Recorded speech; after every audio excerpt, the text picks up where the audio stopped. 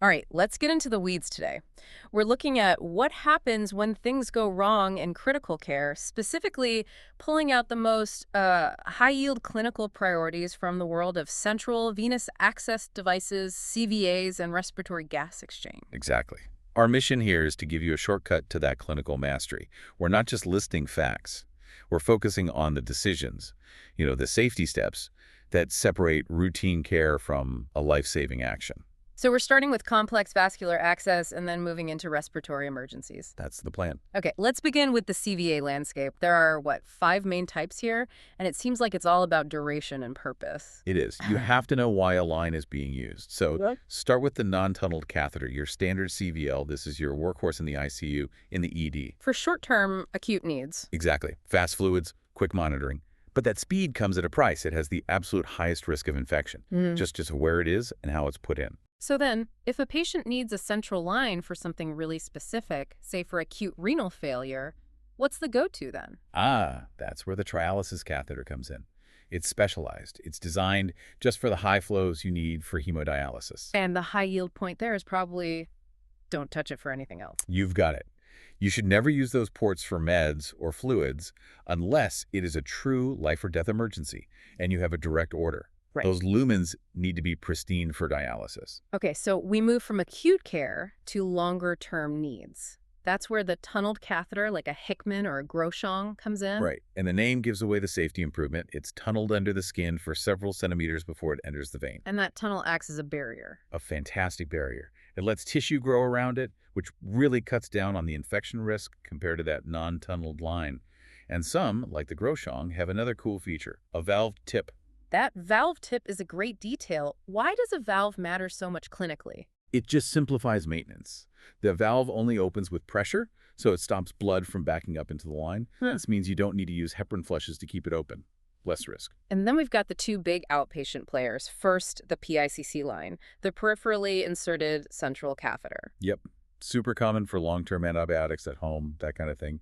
It's inserted in the arm, so it's less invasive. But there are some big safety points there, right? It's two huge ones. First, a PICC is not for emergencies. The flow rates just aren't good enough for trauma resuscitation. And second, patient education is everything. No BPs, no IVs, no heavy lifting on that arm. You have to protect that site. Finally, we get to the powerhouse for long-term intermittent access, the implanted port, a portacath. This is where we see the ultimate safety comparison.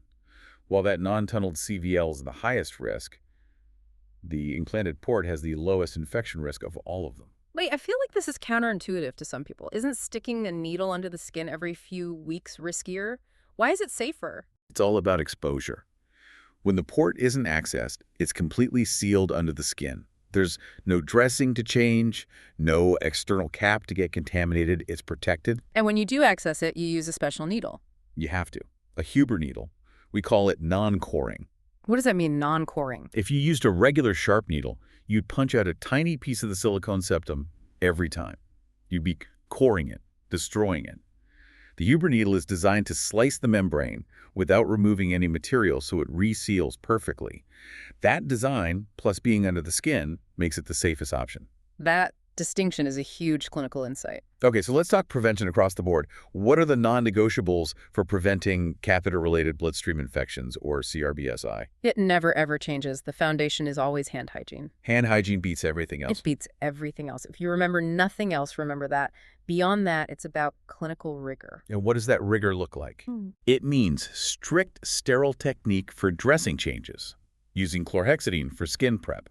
And, this is a big one, a daily assessment of need. Does the patient still need this line? If the answer is no, it needs to come out promptly. Which brings up a common question. Do we just routinely replace these lines after a certain number of days? Absolutely not. That's an old myth. You do not routinely replace central lines. You just introduce new risks. You manage the line you have, and you remove it when it's no longer needed. Okay, we've talked prevention. Now for the scary part.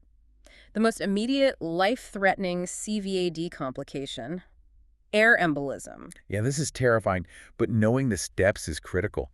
The patient will suddenly get short of breath, their pressure will tank, they might have chest pain, become confused. Because there's an air bubble moving into their pulmonary circulation. Exactly. And if you suspect it, you need to act instantly. There's a sequence. Let's pause on that sequence. We use a mnemonic for this, right? We do. Just remember CLON. CLON. Walk us through it. C is for clamp the catheter. Immediately. You have to stop more air from getting in. That is step one. Always. L is for placing the patient in left lateral Trendelenburg. Okay, why that specific position? Why left lateral Trendelenburg? It's physics. Trendelenburg uses gravity to pool the air in the apex of the right ventricle, and turning them on their left side traps the bubble against the ventricular wall, which hopefully keeps it from shooting into the pulmonary artery. It buys you time. It buys you precious time. Got it. So we've clamped in position. What's O and N? O is for oxygen, high flow, right away to help with gas exchange. And N is notify. Notify the provider, call rapid response. This patient is crashing and needs advanced help. A couple of other quick safety checks. Occlusion, if you're flushing and you meet resistance. What's the cardinal rule? Reposition the patient first. Turn their head, have them cough.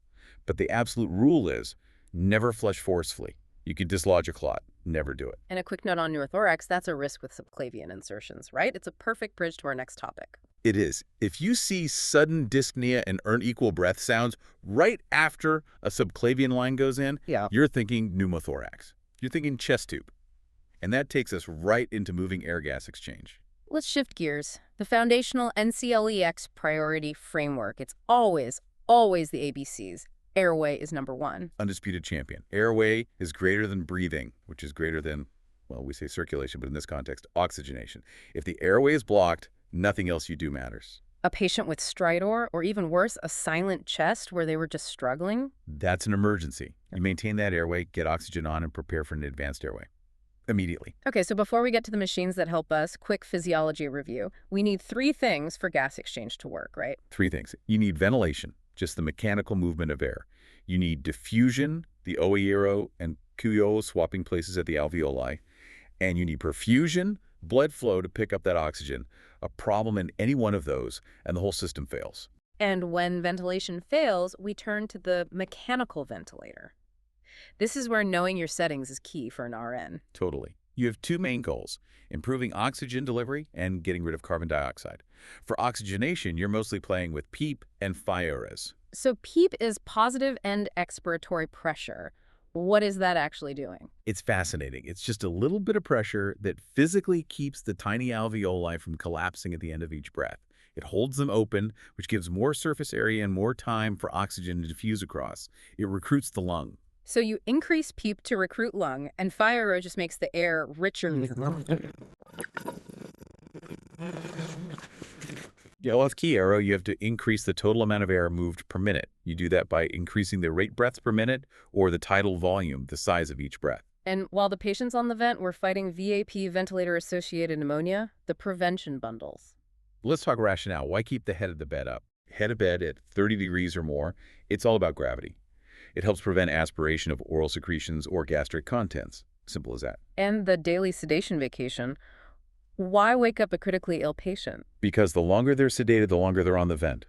Waking them up lets you assess their own drive to breathe, their neurostatus. It helps you get them off the ventilator faster, which is the best way to prevent VAP. Now, connecting the vent to our diagnostics, ABGs. We need to know the pattern that screams, this patient is hypoventilating. This is the big one. This is your warning sign. If your blood gas shows a pH below 7.35, so they're acidotic, and a PACO above 45, you have respiratory acidosis. That pattern is the definition of hypoventilation. The co-euro is the main culprit there. It is. When that PACO climbs, the patient is retaining carbon dioxide. That can lead to co-euro, narcosis, confusion, lethargy, even a coma. You have to see that high CORO and know it means inadequate ventilation. You need to act. And once they're getting better, we think about weaning. What are the key signs a patient is ready to come off the vent? It's all about stability. Stable ABGs, good spontaneous breathing efforts on their sedation vacation, and critically, a strong cough and gag reflex. They had to be able to protect their own airway. We have to end this section with maybe the biggest safety alert in critical care pharmacology. Sedatives versus paralytics. This is the non-negotiable rule.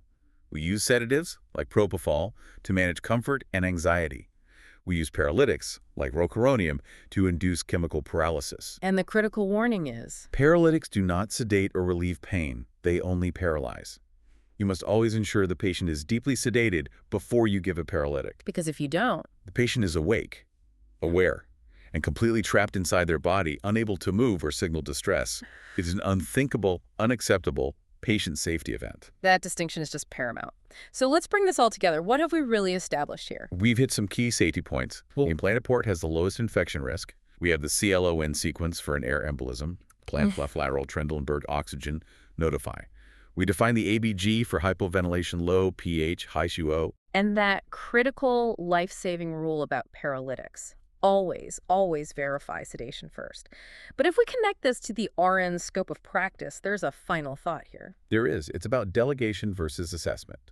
You can delegate tasks, right? You can have UAP get vital signs, and LPN can maybe suction a stable patient, but you can never, ever delegate assessment. What do you mean by that The exactly? machine can give you a number. Let's say the pulse oximeter reads 92%. A UAP can report that number. But only you, the RN, can perform the assessment to determine if that number is lying. Is the patient dusky? Are they using accessory muscles? Is their perfusion poor? Your professional assessment is what connects the data point to the clinical reality. And that critical thinking, that's what saves a life. That is what saves a life. It is solely within the RN's scope. Use these high-yield principles to guide your judgment. Thanks for diving deep with us.